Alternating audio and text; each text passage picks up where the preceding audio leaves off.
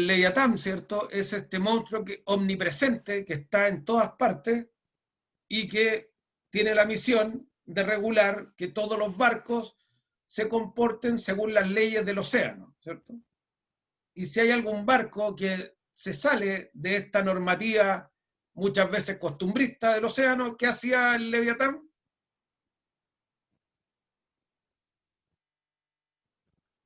Lo sacaba de circulación. Perfecto. Lo hundía, ¿no?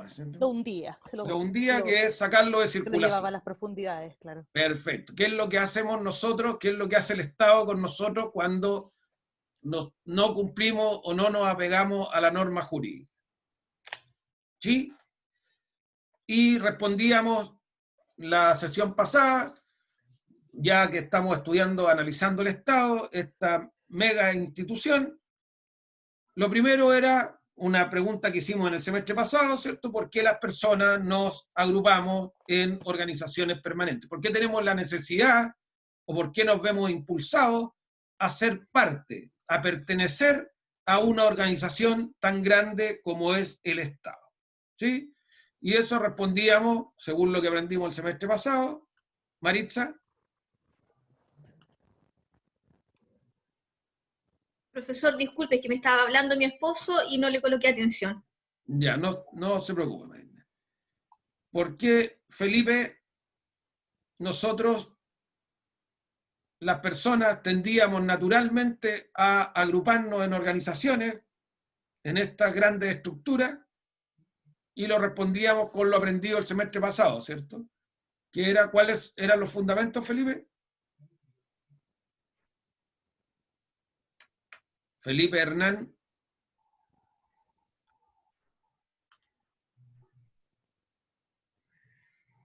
¿No? ¿Profesor? Sí. Bueno, hay dos opciones, la precontractualista y la contractualista. La primera es la de Aristóteles, que dice que el hombre debe vivir en sociedad para alcanzar la felicidad. Perfecto. Alcanzar la polis, es decir, en comunidad. Ya. Y la otra es la que tenemos, donde tenemos a Hobbes y a Locke y a Rousseau, que son compacto social. Perfecto. Ya. El hombre pacta para llevarse bien con él mismo, entre ellos. Ya. El primero, que es la precontractualista, es por un deseo, ¿cierto?, de alcanzar la felicidad. Las personas nos agrupamos para ser felices. Y la segunda, que es la contractualista, las personas nos agrupamos para cubrir una necesidad. Y esta necesidad básicamente es la necesidad de orden, que se logra de diferentes maneras según el tipo de contrato y según la concepción de sociedad que tienen los diversos autores que nosotros escribimos. Bien, este es un resumen de la respuesta. Después veíamos quién era el primer tratadista o el primer pensador que utilizaba el concepto Estado. ¿Y quién era este, Jorge? Maquiavelo. Sí, Maquiavelo, porque así inicia su libro El Príncipe, ¿cierto? Sí, profesor. Con la frase en todos los estados. Y de ahí que se ha copiado hasta la mayor parte del mundo occidental. De Maquiavelo también veíamos, que ustedes lo conocían, lo estudiamos el semestre pasado, dos aspectos fundamentales, que lo repetimos acá: la clave para gobernar, que es tener buenas leyes y buenas armas, ¿ya? En ese orden, con esos dos elementos esenciales, cualquier gobernante tiene asegurada, decía Maquiavelo, un Estado, un principado ordenado, ¿ya? Teniendo buenas leyes y buenas armas, se tiene un gobierno efectivo. Y también ha sido una definición Maquiavelo del bien común con los elementos que componen este, que son los que tienen en pantalla ustedes. El bien común se consigue teniendo tres pilares: seguridad, estabilidad y bienestar. Si un gobernante ofrece esto a sus súbditos, decía, lo más probable que vaya a tener también un gobierno tranquilo, que vaya a manifestar esto que es el bien común. Bien, esos son los antecedentes fundamentales que nosotros rescatamos de Maquiavelo. Hoy día, queridos colegas, el objetivo de la presente sesión es que podamos definir nosotros el concepto de Estado. ¿Ya?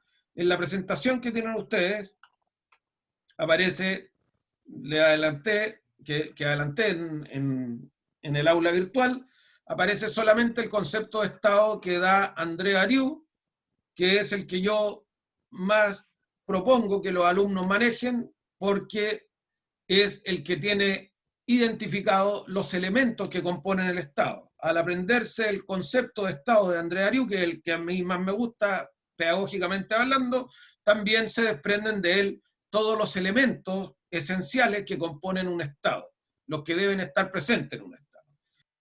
Bien, entonces la definición de Hermann Heller, insisto, Heller es un tratadista, un profesor de Derecho Político alemán, de origen judío, de finales del siglo XIX, inicios del siglo XX, y también define Estado, y él hace una definición que es eminentemente jerárquica. Él habla de el concepto de Estado bajo un prisma de dominación y coacción. ¿Ya? Lee, por favor, la definición de Estado de Heller. Jennifer, ¿se encuentra Jennifer? Sí, profesor. Hola, por favor, lee la definición de Estado de Heller. Dice, Estado es una unidad de dominación independiente en lo exterior e interior, que actúa de modo continuo, con medios de poder propio y claramente delimitado en lo personal y territorial. El Estado está por encima de todas las demás unidades de poder que existen en su territorio, por el hecho de que los órganos pueden reclamar en forma exclusiva la aplicación del poder físico, coactivo, y también porque están en condiciones de ejecutar sus decisiones. Gracias. Ya, colegas, esta es la definición de Estado que da Hermann Heller. Habla de dominación. De aquí, ¿cierto?, se extrae una gran premisa que nos anticipaba nuestro filósofo político Rousseau, que el Estado oprime al individuo, ¿cierto? Estado opresor, individuo alienado. O sea, el Estado es el ente que nos domina a todos.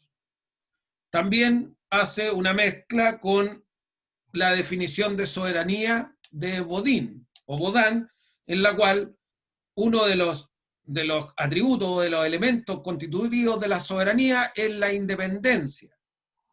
Una soberanía no puede ser absoluta si no somos independientes en lo interior, que es dictar las leyes que queramos, ¿cierto?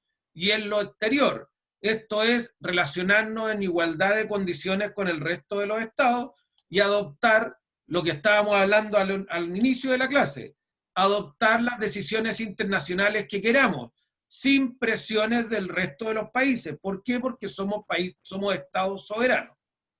¿Ya? Y señala Heller, además, que el Estado está por encima de todas las demás unidades de poder que existen en su territorio. El elemento supremo o supremacía. En el Estado, en el territorio, en la organización, no existe un ente, no existe una institución que sea más poderosa que el Estado. ¿Y por qué no existe una institución que sea más poderosa del Estado? Porque el Estado es el único, o debiera ser el único, que puede actuar físicamente en contra de las personas. Porque es el único que puede ejecutar actos coactivos legalmente aceptados. Y nadie más que el Estado puede ejecutar estos actos para hacer cumplir la ley. ¿Se entiende el concepto de Heller? De aquí, insisto, tres ideas centrales: la dominación que ejerce él respecto a los súbditos, que es lo que señalaba un concepto similar al de soberanía; la independencia en materia interna, dictar las leyes que se quieran, y en materia externa, trato de igualdad con el resto de los países, y la institución que es suprema a todo el resto de la organización. No puede haber en el territorio una institución que tenga más poder que el Estado. ¿Por qué? Porque el Estado es el único que tiene la posibilidad de actuar coactivamente en contra de sus súbditos, de sacar a alguien de circulación. No puede delegarle esa función, no puede otra organización, una organización paramilitar, una organización separatista, una organización armada, independiente, venir a disputarle esa única potestad monopólica al Estado. ¿Eh? Ese es el concepto que nos entrega Heller. ¿Alguna duda respecto a la definición de Estado de Heller, queridos colegas? Yo tengo una duda de Bovín. Dime, Javier. Sí, la soberanía, los súbditos, ¿cómo ejercen su soberanía? ¿Cómo podría un súbdito ejercer soberanía? Lo que pasa, Ser participante. ya, es que eso es diferente, porque los súbditos participamos de la soberanía, pero nosotros no somos soberanos. El que es soberano es la suma de las voluntades. Eso es buena tu pregunta, Maximiliano. Pero yo te recuerdo que nosotros no somos dueños de una parte de la soberanía. Yo no puedo ir a reclamar al Estado, yo quiero ser dueño de mi 17 millones de partes que tengo en la soberanía. La soberanía es aparte de los intereses de cada uno. Porque si hay alguna ley que a mí no me gusta, Javier, o que a ti no te gusta, y se dispone por lo que el Estado ha elegido como representante o como poder legislativo, pero a ti no te gusta, a mí no me gusta, nosotros estamos obligados a cumplir esa ley, ¿no?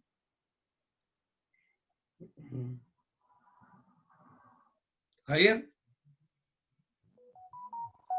¿Sí? ¿Estamos obligados a cumplir esa ley que no nos gusta? Sí. Sí.